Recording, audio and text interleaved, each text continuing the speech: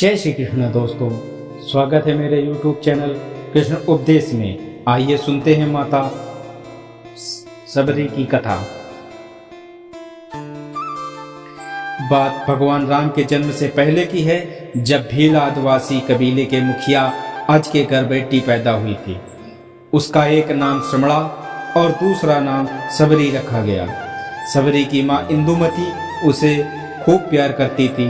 बचपन से ही सबरी पशु पक्षियों की भाषा समझकर उनसे बात करती थी और जब सबरी की माँ उसे देखती तो कुछ समझ नहीं पाती थी। कुछ समय बाद एक पंडित ने सबरी के परिवार को बताया कि वह आगे चलकर सन्यासी बन सकती है। इस बात का पता चलते ही सबरी के पिता ने उसका रिश्ता तय कर दिया। जैसे ही शादी का दिन नजदीक आया, सबरी के घर वालों ने खूब सारी बकरियां और अन्य जानवर घर के पास लाकर बांध दिए। एक दिन सबरी की माँ जब उसके बाल बना रही थी तो उसने माँ से पूछा, इतने सारे जानवर हमारे घर क्यों लाए गए हैं? माँ ने जवाब दिया, बेटी तुम्हारा विवाह होने वाला है, इसीलिए हम लोगों ने इनका इंतजाम बलि के लिए किया है। तुम्हारी शादी के दिन ही बलि प्रथा होगी और फिर इनसे स्वादिष्ट भोजन बनाकर सबको परोसा जाएगा। ये सुनकर सबरी दुखी हो गई। काफी देर तक सबरी ने उन जानवरों को आजाद करने के बारे में सोचा। सोचते सोचते सबरी के मन में हुआ कि अगर ये जानवर यहाँ नहीं होंगे तो इनकी बलि रुक सकती है। ऐसा नहीं हुआ तो मेरे घर से कहीं चले जाने पर ये बलि रुकेगी। जब मैं ही नहीं रहूंगी तब ना विवाह होगा और ना ही बलि प्रथा। इससे मासूम जानवर बच जाएंगे। इसी सोच के साथ जानवरों को रखी गई जगह पर सबरी पहुंची। उसने सोचा कि उन्हें खोल देती हूँ, लेकिन वो ऐसा नहीं कर पाई। उसके बाद सबरी जंगल की तरफ भागने लगी। भागते भागते सबरी ऋषि मुख पर्वत पहुंच गई। वहां करीब 10,000 ऋषि रहा करते थे। सबरी को लगा कि वो इसी जंगल में किसी तरह ऋषि मुनियों की सेवा करके अपना जीवन जी लेगी। वो चुपचाप उसी जंगल में एक हिस्से में किसी तरह से रहने लगी। सबरी रोजाना ऋषि मुनियों की झोपड़ी के आगे झाड़ू लगाती और हवन की लकड़ियां भी रखती थी। ऋषि मुनियों को समझ नहीं आ रहा था कि जंगल में उनके काम अपने आप कैसे हो रहे हैं। एक दिन सबरी को किसी ऋषि ने देख लिया। उसे देखते ही उसका परिचय पूछा। सबरी ने बताया कि वो भील आदिवासी परिवार से संबंध रखती है, तो उसे ऋषियों ने खूब डांट लगाई। सबरी को इस बात का बिल्कुल पता ही नहीं था कि उसकी जाति छोटी है और उसे ऋषियों द्वारा जात की वजह से अपमान सहना पड़ेगा। इतना सब होने के बाद भी सबरी हर ऋषि मुनि के दरवाजे पहुंचती और उनके आंगन में झाड़ू लगाकर उनसे गुरु दीक्षा देने के लिए कहती। हर कोई सबरी को उसकी जाति की वजह से अपने आश्रम से भगा देता था। ऐसा होते होते काफी समय बीत गया। उसके बाद सबरी मतंग ऋषि की कुटिया में पहुंची। वहां पहुंचकर मतंग ऋषि को सबरी ने बताया कि वो उनसे गुरु दीक्षा लेना चाहती है।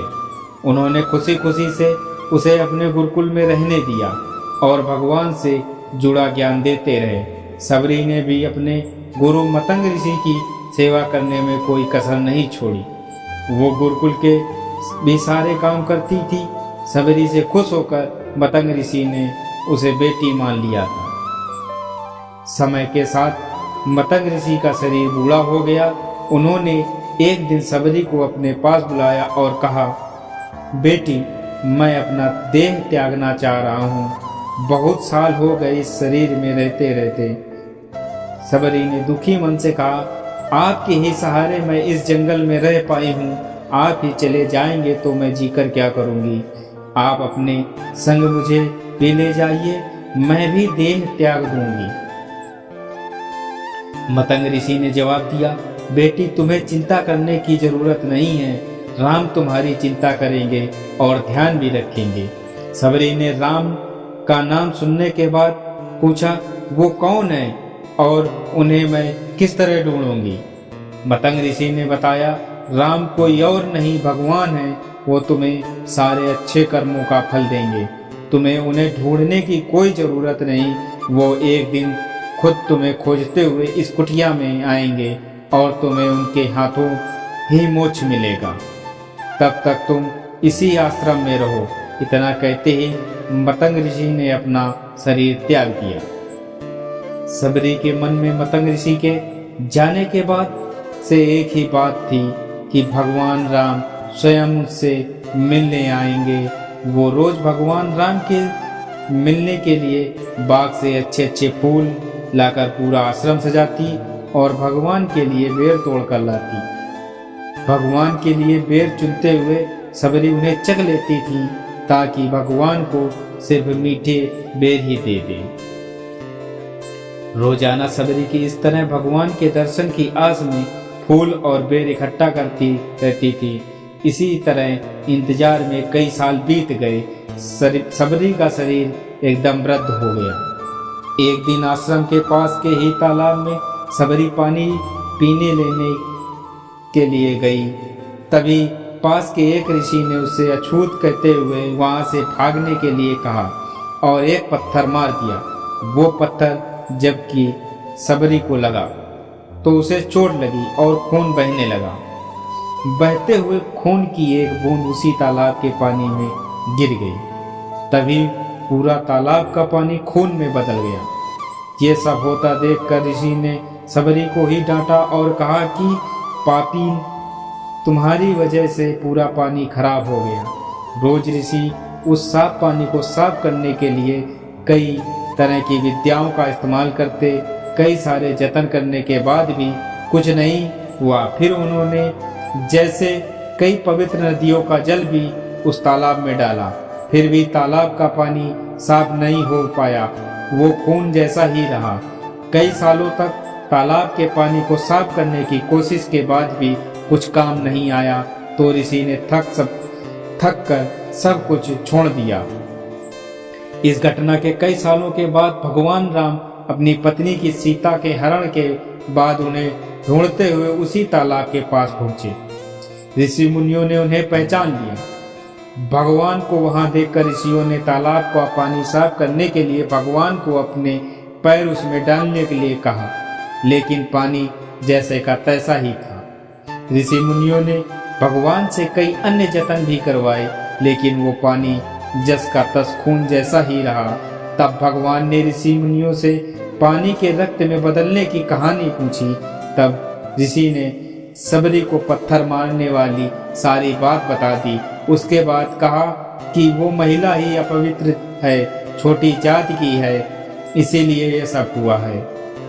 उसी वक्त भगवान राम ने कहा, यह सब आप लोगों के खराब वचनों से हुआ है। सबरी को इस तरह के शब्द बोलकर आप लोगों ने उसे नहीं बल्कि मेरे दिल को घायल किया है। इसी घायल दिल के रक्त का प्रतीक है ये तालाब का लाल पानी है।